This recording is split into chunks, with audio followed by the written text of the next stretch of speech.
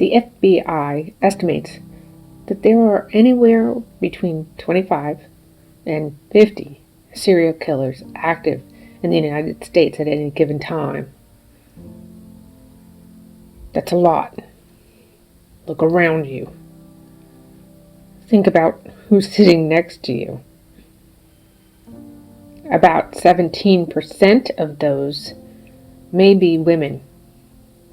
Some believe that there are no women serial killers.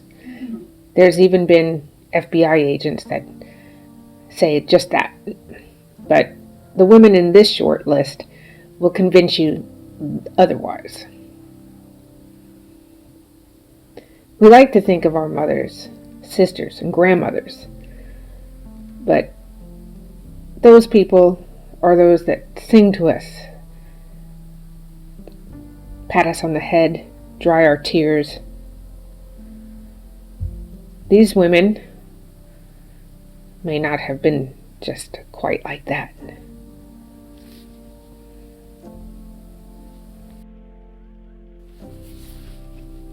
Juana Barraza. Juana is thought to be responsible for as many as 40 deaths. Her victims were all women over the age of 60, so I don't think she saw any sisterhood. Barraza was a professional wrestler, and she was known as the Silent Lady. Her murders began, it is alleged, to have started in the 1990s, the early 90s, and continued until 2006. She would gain the victim's trust, then strangle or bludgeon them, and then rob them.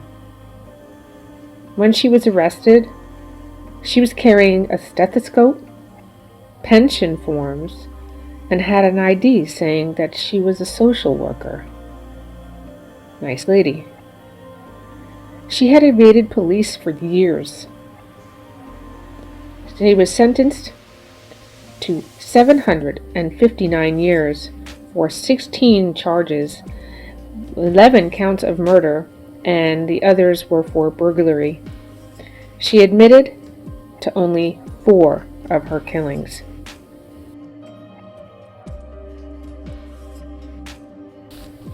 Rose West, from merry old England. Along with her husband, they tortured and murdered at least 9 women between 1973 and 1987. This case is a very big case, and it goes on with twists and turns that are quite horrific. But the synopsis is, Rose was an early bloomer in sick behavior. She reportedly would molest her younger brother. She killed her own stepdaughter. And while this story is super crazy and demands more, let's just know that Rose was an abusive mother, a torturer, and a murderer, only being investigated after all of her children were removed from their custody to foster homes. She was found guilty on 10 counts of murder. She was given a life sentence in 1996 and a, quote, whole life tariff given in only one other instance in England. She maintains her innocence.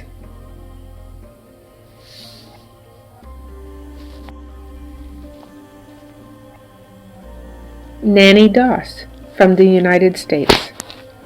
She was also known by a few other names, but the one that caught my eye was the Giggling Granny. She actually confessed in 1954 to 11 murders, only after the death of her 5th husband. Nanny, for the most part, I guess, giggled all the way to the bank.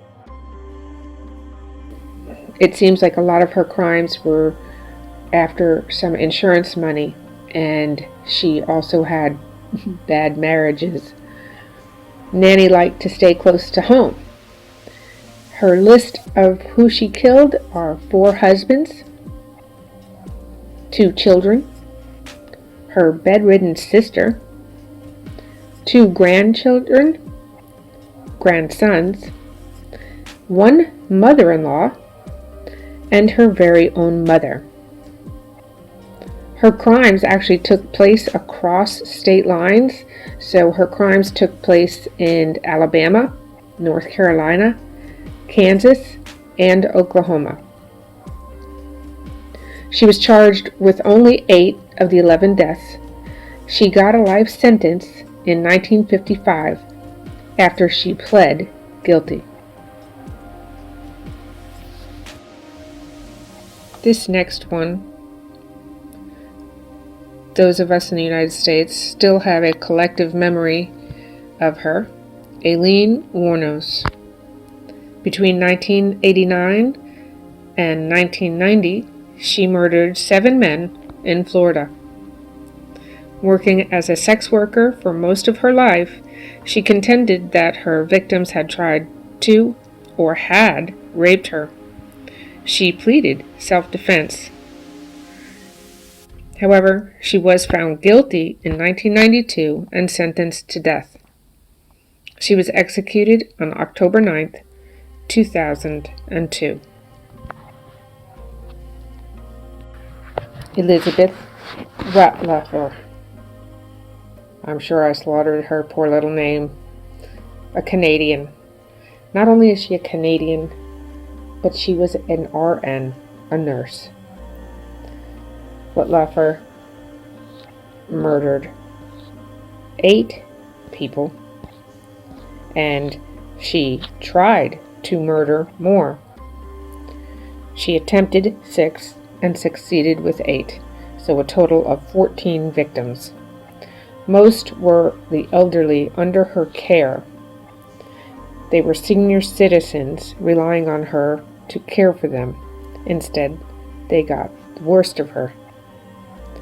The police did not catch Elizabeth Wettlaufer. She actually confessed while she was in a rehabilitation center for addictions. They then called the police. In her confession, she said she did know the difference between right and wrong, but that she was visited by surges.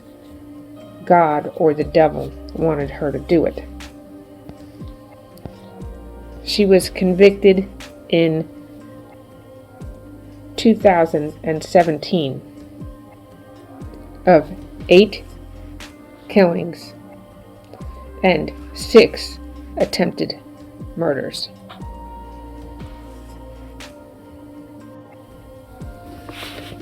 Reya and Sakini from Egypt. These 2 were sisters and killers. From early 1910s to the 1920s, they killed at least 17 women. With the help of their husbands and 2 other men, they would get their victims drunk and then attack them. And here's the best part. Most of the victims, they knew the sisters and had been friends with them for years. They had worked for them as prostitutes. Reya, Sakini, and their husbands would bury the bodies under the tiles in the homes that were used as brothels. Only after human remains had washed out into the street did the crimes finally get resolved. On May 16, 1921, they were convicted and sentenced to death.